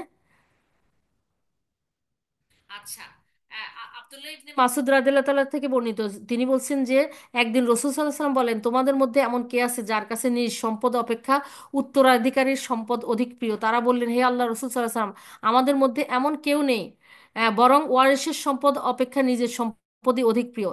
তো তখন তিনি রাসূল সাল্লাল্লাহু আলাইহি ওয়াসাল্লাম বললেন, যে আল্লাহর পথে খরচ করে, যা অগ্রিম পাঠায় তাই তার সম্পদ, আর যা সে পিছনে রেখে যায় তা তার ওয়ারিসের সম্পদ। এই জন্য আমার বোনদেরকে বলবো, আমাদের অনেকগুলি প্রজেক্ট চলতেছে ইনশাল্লাহ। আপনারা এই যে বৃদ্ধাশ্রমের প্রজেক্ট চলতেছে, আমাদের অন্ধদের জন্য, আমরা জন্মান্ধদের পাশে দাঁড়ানোর জন্য, আমরা তাদের সহযোগিতার জন্য মান্থলি তাদের কোরআন কেনার জন্য, শিক্ষকের বেতন দেওয়ার জন্য, খাওয়ার জন্য দেওয়ার নিয়ত করছি। আপনারা যদি পাশে দাঁড়াতে চান, ইনশাল্লাহ সদগায় জারিয়ার নিয়তে ইনশাল্লাহ ইয়ে করব আমরা। হ্যাঁ। আর আরেকটা জিনিস, মাদ্রাসাগুলি হচ্ছে মসজিদ, ওই মহিলা মাদ্রাসা, বালিকা মাদ্রাসার লাগবে 30 লক্ষ টাকা, আমাদের মাত্র উঠলো 13 লক্ষ টাকা। আমার মনে হয় সবাই যদি আরেকটু দানসা টাকা, এই যে এই হাদিসের আওতায় আমরা আমল করি, যা অগ্রিম আমাদের ইয়ের জন্য, আখিরাতের বাড়ির জন্য আমরা যদি পাঠাই, তাহলে আল্লাহ সেটাকে বহুগুণে বর্ধিত করবেন ইনশাল্লাহ। তারপরে এই যে ইয়ে মসজিদ হচ্ছে, হ্যাঁ, রোকনের ওখানেও ইয়ে করবে আর কি, যে ওখানে ওখানে সেই মসজিদ হবে, যে এখনো একটা মসজিদ মসজিদ নাই, 400 500 স্টুডেন্ট ওখানে মসজিদের অভাবে পড়তে পারতেছে না, একই সাথে মসজিদ এবং বালিকা মাদ্রাসা হবে ওখানে। বালিকা মাদ্রাসা 10 পর্যন্ত তো একসাথে পড়াশোনার কারণে শরীয়তের বিধান লঙ্ঘন হচ্ছে। আমরা যদি আল্লাহর ফরজ বিধান আর মানার ক্ষেত্রে মানুষকে সাহায্য করি, সেই সাথে সাথে আমাদের জন্য সাদগায়ে জারিয়ার ব্যবস্থা করি, ইনশাল্লাহ ইনশাল্লাহ আমাদের জন্য সব বহুগুণে বর্ধিত করে আল্লাহ দিবেন। তবে এই যে দিনের জ্ঞান অর্জন করে আমাদের খেয়াল রাখতে হবে, জ্ঞান অর্জন, হ্যাঁ, জ্ঞান অর্জন যেন আল্লাহর সন্তুষ্টির উদ্দেশ্য হয়। এই যে হ্যাঁ, এই মাদ্রাসাটা দেখেন কত বালক বালিকা, হ্যাঁ, এগুলো আলাদা করতে হবে, এরা একসাথে ক্লাস করে। আপনারা আপনাদের সহযোগিতার হাত বাড়িয়ে দেন, ইনশাল্লাহ। মনে করবেন ওই ব্যক্তিকে, ওই মাদ্রাসা, ওই অন্ধকে, ওই বৃদ্ধকে, এদেরকে দিচ্ছে না, দিচ্ছেন আল্লাহর কাছে। আপনাদের ব্যাংকের অ্যাকাউন্ট আছে, সেই অ্যাকাউন্টে আপনারা জমা রাখছেন। হ্যাঁ, তো ইনশাল্লাহ মনে রাখবো। আরেকটা কথা হলো, যে ব্যক্তি ইমাম ইবনে তাইমিয়া বলেন, কিছু মনীষীদের কথা আর কি, যে ব্যক্তি আমল ব্যতীত ইলমের দিকে আহ্বান করে সে যেমন পথভ্রষ্ট, আর যে ব্যক্তি ইলমবিহীন আমলের দিকে আহ্বান করে সেও কিন্তু পথভ্রষ্ট। আর ইলম অর্জন করতে হবে, ইলমের উপর আমল করতে হবে, আমল করার নিয়তে, মানুষের সাথে বাহাদুরি করার নিয়তে না, যে আমি অমুক অমুক জায়গা থেকে এরকম এরকম সার্টিফিকেট, এই যা যা এটা নিয়েছি ওটা নিয়েছি, দুনিয়াতে ব্যবসা করার, বিজনেস করার নিয়তে না, আমল করার নিয়তে। হ্যাঁ, করতে হবে। একজন আহ, ইসলামের শিক্ষাটা কি, জ্ঞান অর্জন করবে কোরআন সুন্নাহ অনুযায়ী, সেই জ্ঞানের উপর আমল করবে, সে জ্ঞানটা নিজে আমল করার পর অন্যের কাছে আল্লাহ সন্তুষ্টির জন্য, পুরোটা কাজই হবে আল্লাহ সন্তুষ্টির জন্য, এবং পৌঁছে দিবে, আল্লাহ সন্তুষ্টির জন্য পৌঁছে দিবে। তো বলছে যে যে ব্যক্তি আমল ব্যতীত ইলমের দিকে আহ্বান করে সে পথভ্রষ্ট, আর যে ব্যক্তি ইলম ব্যতীত আমলের দিকে আহ্বান করে সেও পথভ্রষ্ট। এদের চেয়ে অধিক পথভ্রষ্ট সে ব্যক্তি যে বিদাতীদের পথে ইলম অন্বেষণ করে, হ্যাঁ, ফলে সে কুরআন ও সুন্নতের বহির্ভূত কর্মের অনুসরণ করে এবং ধারণা করে যে ইহা ইলম, অথচ ইহা অজ্ঞতা। অনুরূপভাবে যে ব্যক্তি বিদাতীদের পন্থা ইবাদত করে সে ইসলামী শরীয়ত বহির্ভূত আমল করে এবং সে ধারণা করে যে সে ইবাদত করতেছে, অথচ এটা ভ্রষ্টতা, যে ভ্রষ্টতা জাহান্নামে নিয়ে ছাড়ে। আল্লাহর কাছে আমরা এমন এমন জ্ঞান থেকে আশ্রয় চাই যে জ্ঞান উপকারে আসবে না, আমরা যেন উপকারী জ্ঞান অর্জন করতে পারি। হ্যাঁ, আমরা যেন কবুলযোগ্য আমল করতে পারি। হ্যাঁ, আল্লাহ যেন আমাদেরকে উপকারী জ্ঞান, কবুলযোগ্য আমল করার তৌফিক দান করেন। আল্লাহুম্মা আইন্নি আলা যিকরিকা ওয়া শুকরিকা ওয়া হুসনি ইবাদাতিক। হ্যাঁ, আমিন ইয়া রাব্বাল আলামিন। এতক্ষণ যে কথাগুলি হলো তার মধ্যে সমস্ত উত্তম কথাগুলি আল্লাহ সুবহানাহু ওয়া তাআলার পক্ষ থেকে, তাহলে সুবহানাল্লাহি ওয়া বিহামদিহি আদাদা খলকিহি ওয়া রিদা নাফসিহি ওয়া জিনাতা আরশিহি ওয়া মিদাদা কালিমাতিহি।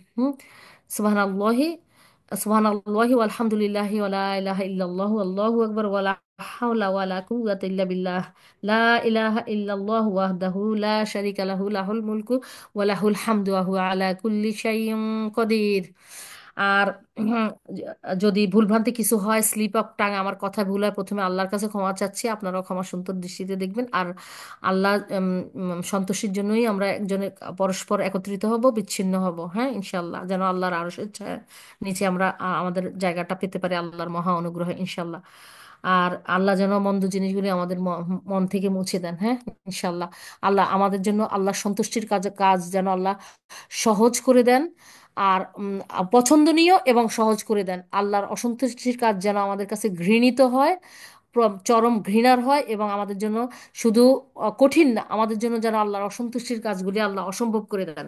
আল্লাহর অসন্তুষ্টি আযাব থেকে আমাদের চিন্তা, কথা, কর্মকে যেন আল্লাহ পূর্ব পশ্চিমের দূরত্বে রাখেন। আমিন ইয়া রাব্বাল আলামিন। ওয়াখিরুদ্দাওয়ানা আনিল হামদ। আমরা এর মধ্যে দোয়া করি অসুস্থ সমস্ত বোনদের জন্য, আল্লাহ যেন তাদের তাদের এবং তাদের পরিবার পরিজন সবাইকে সুস্থতার নেয়ামত এবং হায়াতে তাইবা দান করেন। আর যে কষ্ট তারা পেয়েছে পাচ্ছে, সবাইকে যেন এর কষ্টের উত্তম বিনিময় হিসেবে আল্লাহর ক্ষমা এবং সন্তুষ্টি নসিব করে দেন। যে পরিবারের মানুষ হেদায়েতের নূর থেকে বঞ্চিত আছে, হেদায়েতের আলো দেখছে না, আল্লাহ যেন তাদের অন্তরের সেই তালাটা খুলে দেন, সেখানে হেদায়েতের নূর প্রবেশ করিয়ে দিয়ে প্রত্যেকটা পরিবারে যেন শান্তি শৃঙ্খলা চলে আসে, যাতে তা প্রত্যেকে মিলে আল্লাহর সন্তুষ্টির কাজ করে করে যেতে পারে, দুনিয়াতে যেন জাহান্নাম থেকে বাঁচতে পারে সবাই, যেন আমরা পরস্পরকে সহযোগিতা করতে পারি, ভালোবাসতে পারি, হ্যাঁ, আল্লাহর জন্য, হ্যাঁ, ভালো কাজ করতে পারি, পারস্পরিক সহযোগিতা, নসিহা আর দিনুন নসিহা, আমরা যেন ভালো কাজের উপদেশ দিতে পারি, শুধু উপদেশ না, ওই কাজের উপর নিজে আমল করতে পারি। যে কথা আমার ইদানিং একটা জিনিস মনে হয়,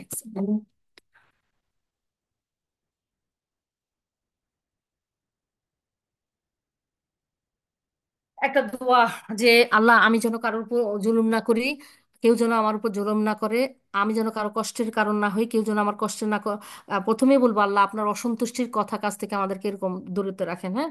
তারপরে বলবো যে আমরা যেন পরস্পরকে ধরেন মা বাবা বা যাকে যতটুকু সম্মান করার, আল্লাহ যেখানে সন্তুষ্ট হন যে পর্যায়ে গেলে, আর স্বামী স্ত্রী ঘরের যারা আছে বন্ধনে আবদ্ধ আছে সবাইকে যেন এমন পর্যায়ে যেন সর্বোচ্চ সম্মান করতে পারি, সর্বোচ্চ ভালোবাসাটা দিতে পারি, হ্যাঁ, মানুষের মধ্যে।